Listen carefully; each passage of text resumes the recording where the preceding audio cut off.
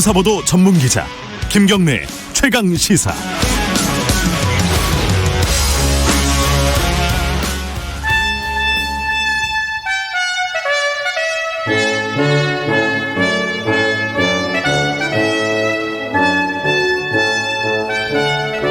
네, 매주 월요일 박지원 의원과 함께하는 고품격 정치 토크 박지원의 정치의 품격. 오늘도 대한신당 박지원 의원님 나와 계십니다. 안녕하세요. 고품격 도저히 안 됩니다. 이렇게 모든 것이 꼬여가지고 네. 갈등이 연속되는 것은 이게 진짜 어떻게 해요? 북미, 남북, 미중, 한일 안 꼬인 것이 하나도 없어요. 경제, 노동계, 정치권. 그중에 제일 많이 꼬인 게 또 정치죠. 국회. 네, 국회. 오늘 국회를 좀 얘기를 하려고 했더니 벌써 시작부터 그렇게 또 세게 나오시네요.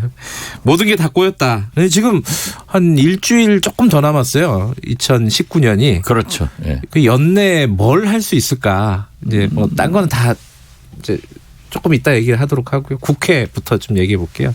국회가 지금 뭐 여러 가지 지금 걸려 있잖아요. 예. 뭐 민생 법안 이런 것들은 뭐 기본적으로 걸려 있는 건데 4+1에서 지금 선거법 협상을 하고 있습니다. 이거 지금 안 되고 있는 거죠? 사실상 멈춘 거죠?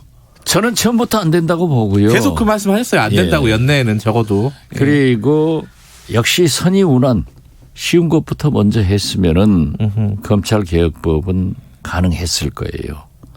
이것도요. 네. 그러나 지금 어제 한 줄기 희망을 보았습니다. 어제요? 뭔 예. 일이 있었죠?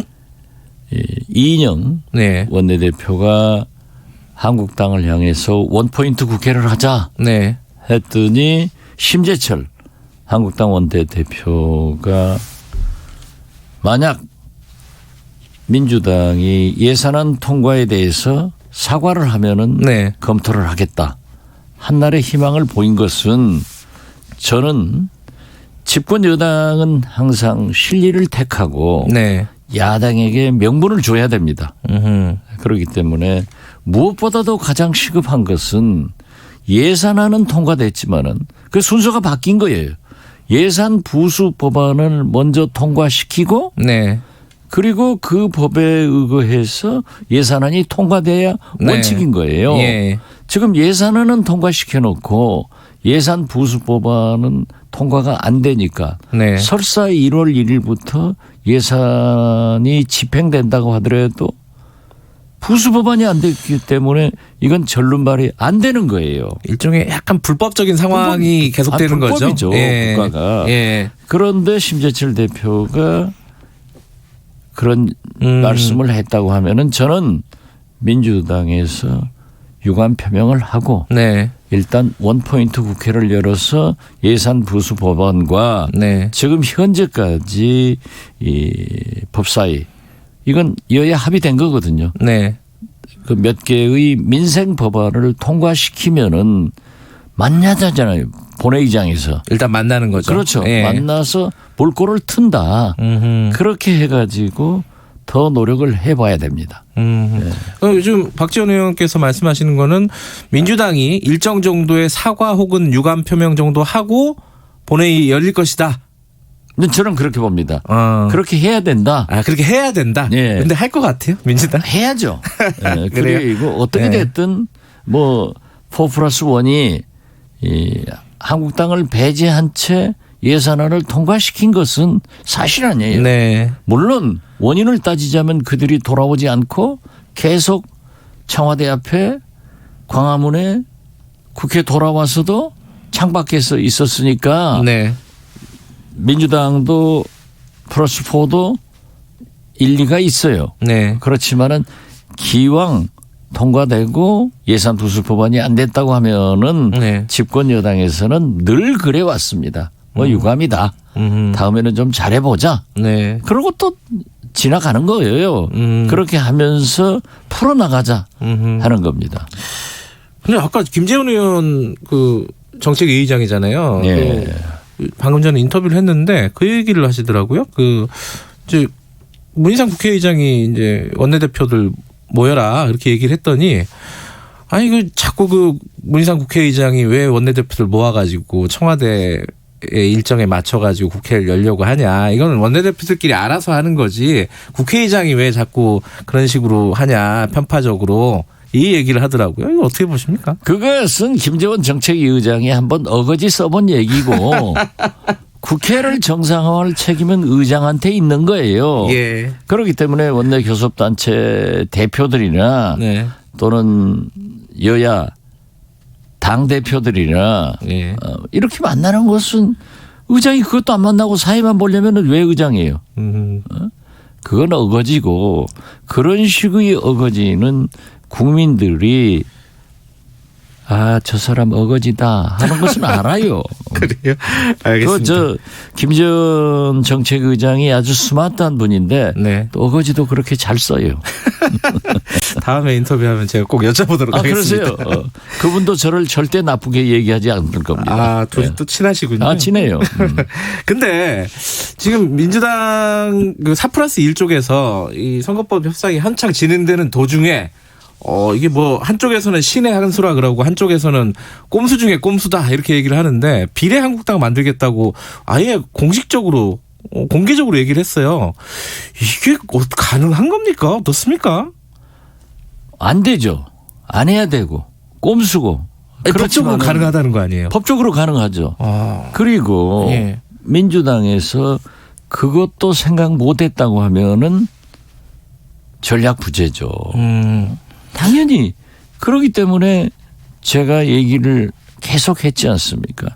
선의운환하고 빨리 검찰개혁 이런 거 하고 정치개혁 즉 선거구 조정 문제는 뒤로 밀려라. 밀어놓고 거기에서 합의를 해나가자. 네. 그러면 한국당도 그분들도요.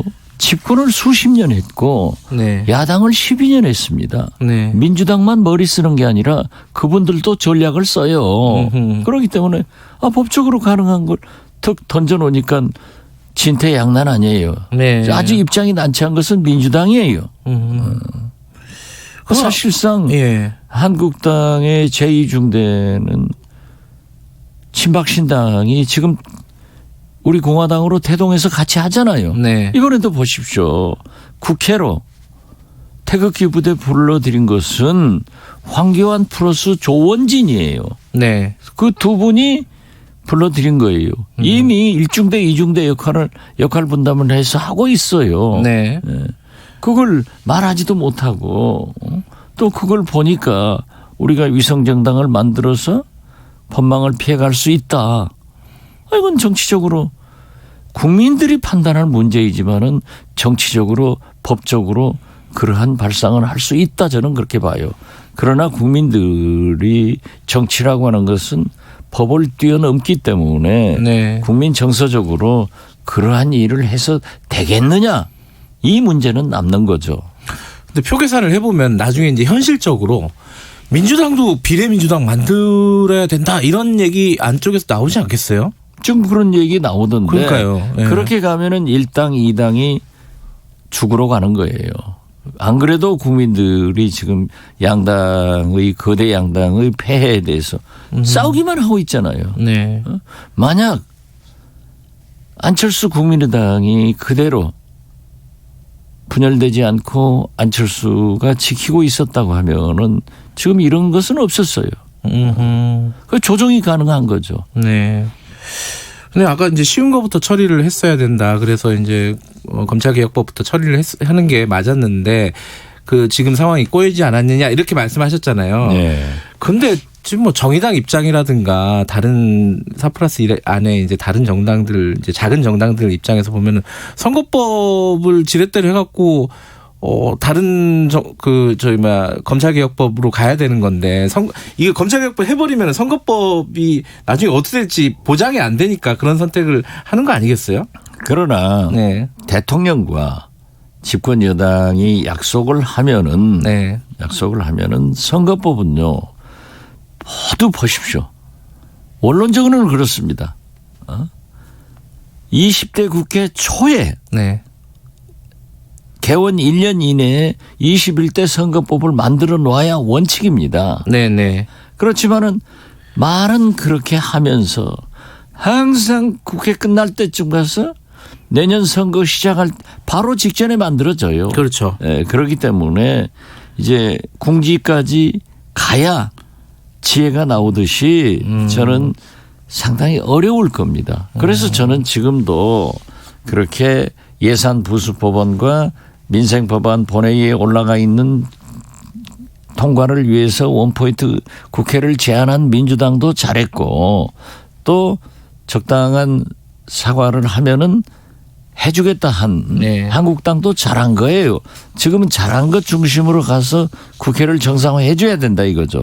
그렇게 해가지고 지금 저는 석패율 제도에 대해서는 우리 군소정당들이 네. 양보를 해야 된다. 그래요? 예. 하지 말아야 된다. 그리고 우리 민주당은? 대한신당에서는 대한신당? 유성엽 대표 등 우리들 몇 명이 논의해 보니까 네. 어제도 논의가 됐어요. 네. 논의가 된 걸 보니까는 석패율은 과감하게 우리가 정리를 하자. 네. 그리고 이미 지금 미약하지만은 네. 연동형 비례대표는 지역구도를 타파하는 길로 성큼 들어선 거예요. 그래서 정의당도 그 몇 석이라도 다 네. 먹으려고 하면 안 됩니다. 네. 그렇게 해서 가는 거고 정의당이 바른 미래당이 평화당이 대한신당이 이익 보면은 그만큼 민주당과 한국당은 손해를 보게 됩니다. 네. 그렇기 때문에 조금씩 손해보고 조금씩 이익 보는 그런 제도로 가야지 왕창 끌어다가 내가 다 먹겠다. 이건 버려야 돼요. 그래서 저는 석패율은 버리고 연동형 비례대표도 캡을 씌운 네. 그 선에서 했으면 좋겠다. 지금 30석은 캡을 씌우고 20석만 가지고 하자는 거 아닙니까? 네. 예, 그렇게 해도 상당히 진전이다. 진전 개혁이다. 그렇게 봅니다. 근데 정의당 입장은 아직 좀 거기까지 가지는 않은 것 같아요. 그 석패율에 대해서 아직 주장을 하고 있고. 그렇죠. 그 부분이 그런데 쟁점 아니겠습니까? 그것은 정의당이 저는 지나친 욕심이다. 그렇게 봐요. 그래요. 물론 정의당으로서는 차제에 네. 다음 국회에서 반드시 비례대표 포함해서 지역구 당선시켜가지고 원내교섭단체를 구성해야겠다라고 네. 하지만은 정의당도 그렇게 편한 게 아닙니다. 네. 지금 현재 대중당이 상당히 준비를 하고 있어요. 네. 왜 대중당이라고 하는 것은 이정희 전 대표를 국회에 진입시키고 예. 지금 현재 수감 중인 이석기 의원의 석방을 위해서도 반드시 대중당으로의 간판으로 국회에 진입하겠다는 게 목표예요. 네. 그렇기 때문에 저는 이 가치관을 중시하는 진보 정당도 알겠습니다. 편하지는 않다 그렇게 봅니다. 그러니까 지금 대중당이라고 말씀하신 건 민중당 말씀하신 거죠? 민중당. 예. 이 얘기 아까 지금 잠깐 꺼냈다가 말았는데 지금 계속 창밖에 있어요. 그 자유한국당은 사실. 그렇죠. 근데 그 와중에 폭력 사태가 벌어졌잖아요. 예. 이거는 지금 국회 차원에서는 어떻게 좀 일이 진행이 돼야 되는 거 아니냐 이런 여론도 좀 당연히 있어요. 고발돼야 되고 예. 저는 검찰도요. 패스트트랙에 관계된 네. 한국당 의원들은 지금 수사하고 있는 거예요? 언론 보도에 보면은 그 국회 방송 갔다가 압수수색 한 지가 꽤 압수수색에서 됐죠. 예, 네. 비디오 탭만 분석하고 있다는데 네. 과연 검찰이 정경심 교수한테는 그렇게 했는가? 뭐 동료 의원이고 참 그러지만은 나경원 전 대표의 입시 비리 의혹이요? 입시 비리 의혹에 네. 대해서는 과연 그렇게 했는가? 음흠. 그렇기 때문에 지금 현재 도도처처에서 불만이 나오는 거예요. 근데 지금 국회가 거의 다 끝나가는 거잖아요. 지금 사실 몇 달 안 남았어요. 사실 그렇죠. 총선 일정 생각하면은 이제 한 달 뭐 2달이에요. 이건 파장이니까 저는 그렇습니다.